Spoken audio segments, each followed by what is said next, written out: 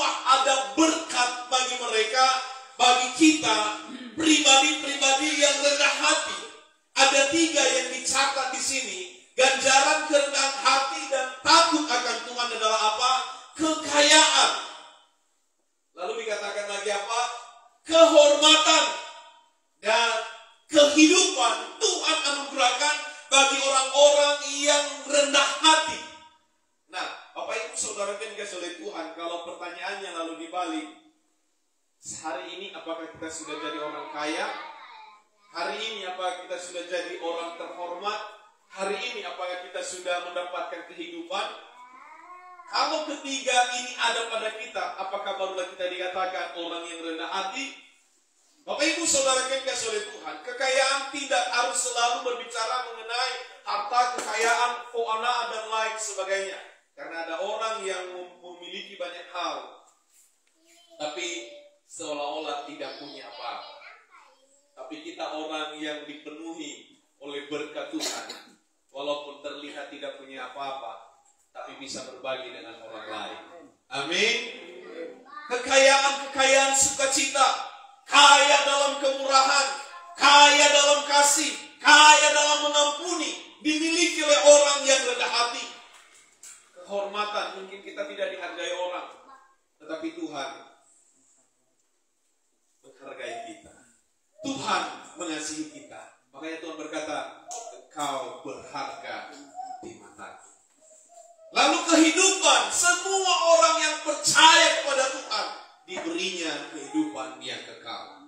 Maka bisa dipastikan bahwa semua jemaat Tuhan yang hadir hari ini adalah orang-orang yang rendah hati. Karena ketiga hal ini ada dalam hidup kita. Namun Bapak Ibu Saudara yang dikasihi oleh Tuhan, hari lepas hari kita harus terus belajar menjadi pribadi yang rendah hati, sehingga hal itu menjadi sifat yang melekat dalam diri kita sehari-hari. Nah, Bapak Ibu Saudara yang dikasihi oleh Tuhan, sepintas kalau kita melihat bagian ayat ini ada janji berkat Tuhan bagi orang yang rendah hati. Dan rendah hati ini sama artinya dengan lembut hatinya atau lemah lembut, kelembutan hati.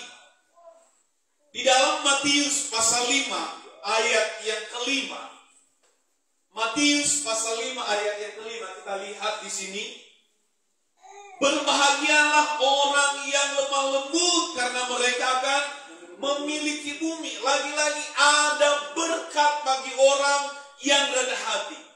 Mari hari ini Bapak Ibu kita membaca banyak ayat tentang berkat bagi orang yang rendah hati. Kalau di pertama tadi dikatakan kekayaan, kehormatan, kehidupan diberikan kepada mereka yang rendah hati. Di sini dikatakan apa? Mereka akan memiliki bumi. Kita lihat satu ayat lagi, Mazmur 37 ayat 11. Mazmur 37 ayat 11.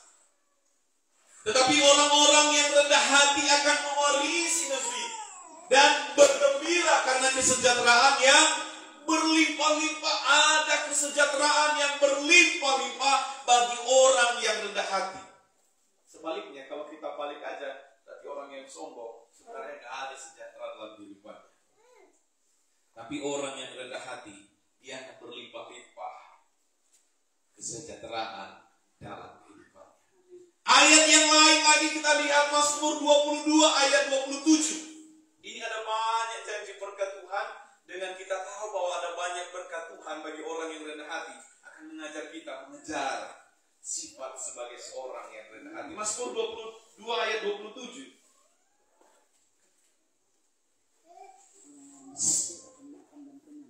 Orang yang rendah hati akan makan dan kenyang.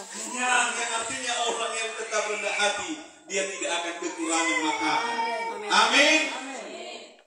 Jadi sekali lagi, kalaupun hari-hari ini dunia mengatakan bahwa masa gelap, masa suram, ekonomi sangat sulit, tapi orang yang rendah hati, yang menundukkan dirinya sepenuhnya kepada Tuhan, tidak akan mengalami kekurangan. Tuhan akan cukupkan. Ya, dikatakan apa? Dia akan makan dan kenyang. Orang yang mencari Tuhan akan memuji-muji Dia. Biarlah hatimu hidup untuk selama-lamanya. Nah, Bapak Ibu Saudara yang dikasihi oleh Tuhan, itu adalah berkat-berkat yang dijanjikan oleh Tuhan bagi kita yang memiliki kerendahan hati. Lalu yang menjadi pertanyaannya Bapak Ibu, bagaimana atau apa yang artinya itu rendah hati? Sehingga begini Bapak Ibu, kalau ada janji berkat Tuhan, kita sangat terima dan kita sangat bergembira menerimanya. Amin. Lalu bagaimana caranya supaya rendah hati itu ada dalam diri kita? Kita lihat dulu apa artinya kerendahan hati. Kerendahan hati itu kalau bahasa Ibrani itu asal katanya itu anak. Mungkin ada yang nama anaknya di sini, anak. Yang artinya apa Bapak Ibu? Dibuat menderita. Atau arti yang lain direndahkan. Atau arti yang lainnya ditindas. Nah Bapak Ibu, coba perhatikan.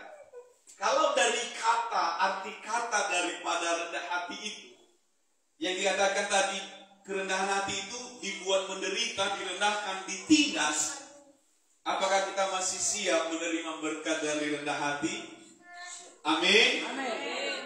Nah, kalau kita siap menerima berkat dari kerendahan hati itu, maka pengertian daripada ditindas bukan berarti ayo tindas aku yuk, ayo tindas aku. Tidak seperti itu. Tetapi ada kalanya kita merasa tertindas karena kebenaran yang kita lakukan. Ada kalanya kita harus menderita, mengalami kerugian. Kenapa? Kita membiarkan diri kita rendah hati karena melakukan kebenaran. Bapak Ibu Saudara yang dikasihi oleh Tuhan, saya kurang tahu kalau sudah disaksikan istri saya, tapi saya sampaikan sekali lagi. 2 minggu yang lalu, istri saya di Gembala mengalami kecelakaan. Membawa mobil, lalu ada anak sekolah lewat, yang terpaksa harus direm supaya tidak menabrak. Lalu mobil dari belakang nabrak mobil yang dibawa ibu Gembala. Itu pintu belakangnya itu penyet. Lalu mulailah terjadi perdebatan di pinggir jalan. Saya bilang ini kalau perdebatan ini ujung-ujungnya pasti dibawa ke kepolisian. Bagaimana? Karena terlalu lama, udah lebih 1 jam menunggu di situ. Akhirnya ibu Gembala bilang begini,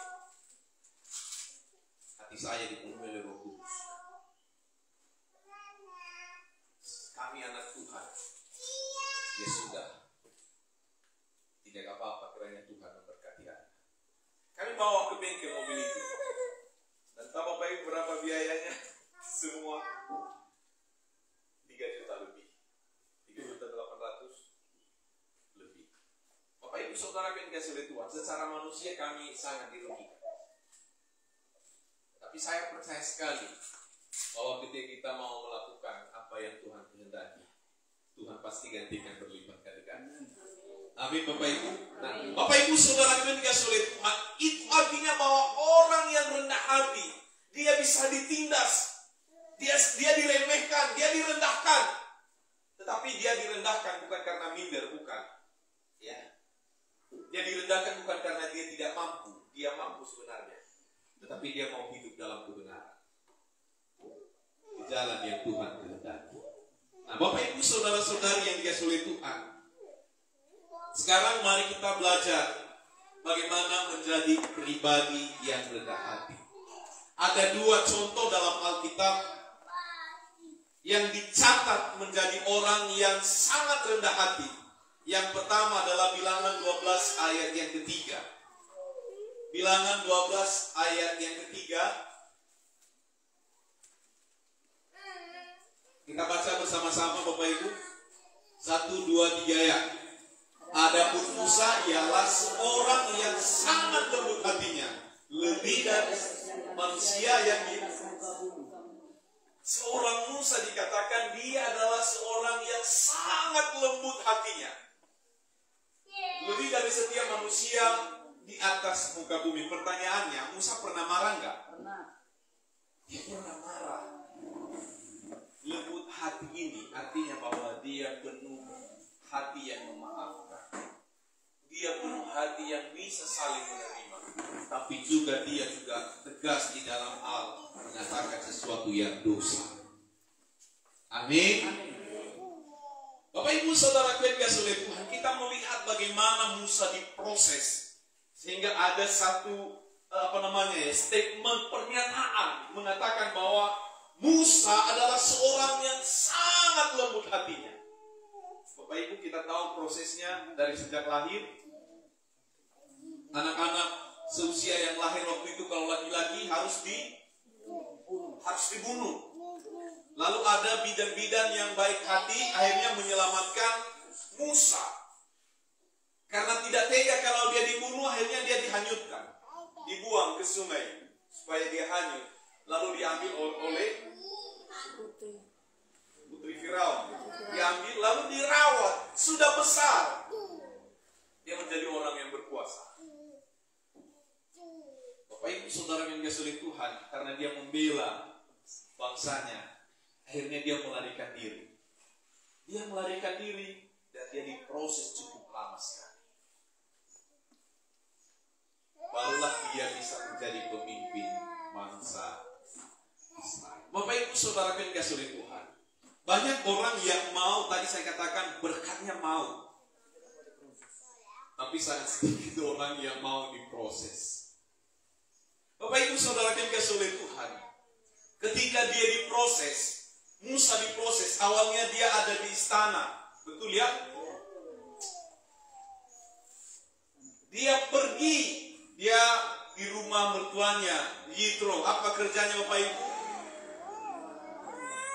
Gembala domba. Dari yang tinggi turun serendah-rendahnya, tapi lalu Tuhan angkat menjadi pemimpin yang besar. Bahkan seluruh kitab Taurat ini dikatakan bahwa Musa yang menulis. Bapak Ibu Saudaraku yang dikasihi oleh Tuhan, sekali lagi bahwa orang yang rendah hati siap diproses oleh Tuhan. Mari biarkan diri kita diproses oleh Tuhan. Apakah itu melalui persoalan, melalui masalah, sakit, penyakit, pergumulan yang tidak kunjung dijawab oleh Tuhan, yang artinya bahwa mengajak kita tetap rendah hati di hadapan Tuhan. Intinya apa? Saya ini tidak ada apa-apanya jikalau bukan Tuhan yang menolong saya. Saya tidak ada apa-apanya jikalau bukan Tuhan yang memberkati saya. Apapun yang saya miliki hari ini adalah semuanya dari Tuhan, milik Tuhan. Kalau itu ada dalam diri kita, maka tidak ada yang perlu disombongkan dalam hidup ini. Tidak ada yang perlu disombongkan. Siapa kemarin ada tetangga cerita-cerita sama saya, dia menceritakan ada orang-orang yang dia kenal di kota Gunung Kidul ini yang dulunya jaya, yang dulunya sangat jaya, tapi sekarang anak cucunya itu menderita. Tetapi kita yang percaya kepada Tuhan, saya percaya sekali Tuhan pelihara kita bahkan sampai ke anak cucu kita, diberkati, dipelihara oleh Tuhan. Bapak Ibu Saudara yang dikasihi oleh Tuhan, itu contoh yang pertama. Musa adalah seorang yang rendah hati atau lembut hatinya. Yang kedua adalah, ini pribadi yang kita sembah, yang kita agungkan, namanya Yesus. Matius pasal yang ke-11 ayat 29. Matius 11 ayat 29 dikatakan apa? Pikulah kuk yang kupasang dan belajarlah pada aku. Karena apa? Aku lemah lembut dan apa? Rendah hati. Yesus Kristus adalah teladan bagi kita menjadi pribadi yang rendah hati. Bapak Ibu Saudara yang dikasihi oleh Tuhan, salah satu yang menonjol dalam pribadinya Yesus, ya, dalam kehidupan Yesus dikatakan apa Bapak Ibu? Dia pribadi yang mengosongkan dirinya, atau bahasa yang sering digunakan kenosis. Kenosis adalah iluahania, menanggalkan kemuliaannya. Dia dari sorga menanggalkan kemuliaannya, atau dalam tanda kutip menelanjangi dirinya. Menelanjangi diri di sini bukan tidak memakai baju, tetapi melepaskan semua embel-embel yang melekat dalam dirinya. Contoh, kalau misalnya ini ibu gembala, itu menanggalkan yang namanya dekan Fakultas Ekonomi, menanggalkan yang namanya SEMM, apalagi itu lagi kuliah S3, menanggalkan itu semua, tidak menganggap itu sesuatu yang harus disombongkan, menanggalkan, tidak ada apa-apanya kalau dibandingkan dengan Tuhan. Berikutnya apa? Mengosongkan dirinya sendiri menjadi serupa dengan makhluk ciptaannya. Bapak Ibu Saudara yang dikasihi oleh Tuhan, Yesus Tuhan yang menciptakan kita. Ada waktu penciptaan, karena dikatakan apa? Baiklah kita menciptakan manusia segambar dan serupa dengan kita. Ia menjadi manusia dan segambar dengan kita.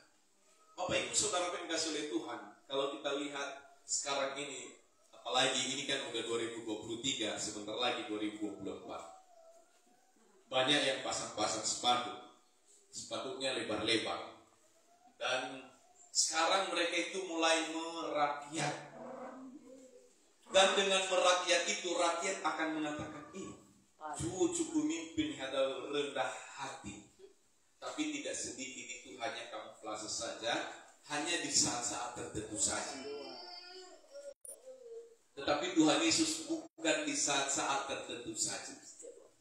Karena itu adalah sifatnya Tuhan Yesus, pribadi yang rendah hati, yang kepadanya kita belajar menjadi pribadi yang rendah hati. Bapak Ibu Saudara yang dikasihi oleh Tuhan, ketika Tuhan Yesus tadi mengatakan menanggalkan segala kemuliaannya, maka kita juga, apalagi kita orang-orang sederhana kok, tidak ada orang yang wah-wah kali ya. Kita semua, ya tadi sumur berada, kita semua orang-orang sederhana yang kehidupannya cukup untuk makan 3 kali sehari. Ini alu dah makan, bagaimana beli semunah ke tadi. Maka apalagi kita yang begini, kita tidak perlu menyombongkan diri. Bapak Ibu Saudara yang dikasihi sederhana sombong ini. Ini bukan hanya sombong kepada manusia, sesama manusia. Yang lebih parahnya itu sombong sama Tuhan. Tahu sombongnya sama Tuhan bagaimana? I don't need you, Lord. Saya tidak perlu Tuhan. Ini kan kebangetan. Malah Tuhan yang ciptakan kita bilang, saya nggak perlu Tuhan. Nanti nggak begini, bulu-bulu dari pahit sama mana. Tapi tahu Bapak Ibu, kalau Tuhan tidak memberikan kita kekuatan, bagaimana kita bisa akan menjalani hari-hari kita? Kalau bukan Tuhan yang memberkati setiap pekerjaan kita, bagaimana kita akan mendapatkan hasilnya? Berkat Tuhanlah yang menjadikan kaya, susah payah tidak akan menambahi. Artinya berkat Tuhan yang membuat kita kaya. Maunya ditulis di situ, perjuanganlah yang membuat kamu kaya. Tapi memang salah satunya dikatakan bahwa berkat Tuhanlah yang menjadikan kita kaya. Karena itu Bapak Ibu Saudara yang dikasihi oleh Tuhan, harus tanggalkan semua embel-embelnya, enggak perlu ada yang seperti itu. Yang berikutnya Bapak Ibu Saudara yang dikasihi oleh Tuhan, itu 2 contoh tadi. Musa, seorang yang lembut hati, siap diproses oleh Tuhan. Dan Tuhan Yesus sendiri yang menjadi teladan bagi kita kerendahan hati. Ia mengosongkan dirinya. Itu dalam Filipi pasal 2 ayat 5 sampai 7. Bahkan di ayat 8 dikatakan apa? Dia taat sampai mati. Artinya kerendahan hati yang harus kita miliki. Jangan kerendahan hati yang musiman, tapi kerendahan hati yang terus-menerus sampai disempurnakan ketika kita sudah bertemu dengan Kristus dalam kekekalan. Amin. Nah, Bapak Ibu Saudara yang dikasihi oleh Tuhan,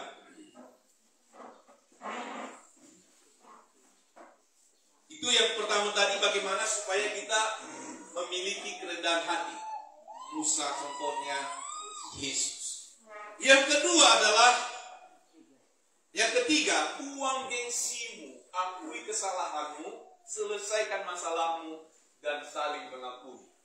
Itu adalah salah satu cara memiliki kerendahan hati. Amin. Nah, ini kan ini hal-hal yang sulit dilakukan oleh banyak orang. Ya, akui, ya. Jarang sekali loh ada orang, ya, saya salah ya. I'm sorry. Lebih banyak kan orang bilang, kan bukan kesalahan saya. Kenapa saya harus minta maaf? Tetapi hari ini kita diajarkan kalau menjadi orang yang rendah hati. Bapak Ibu, saya sampaikan begini. Tuhan Yesus bersalah gak ketika disalibkan? Tapi apa yang Tuhan Yesus katakan? Bapa, ampunilah mereka, sebab mereka tidak tahu apa yang mereka berbuat. Tuhan menyelesaikan semuanya. Dan itu salah satu bentuk daripada kerendahan hati yang dimiliki oleh Tuhan. Mari Bapak Ibu, kita miliki sikap yang demikian. Gak usah jauh-jauh, ya, gak usah kepada sana kepada sini. Kadang-kadang kan suami istri, halo, yang punya suami yang masih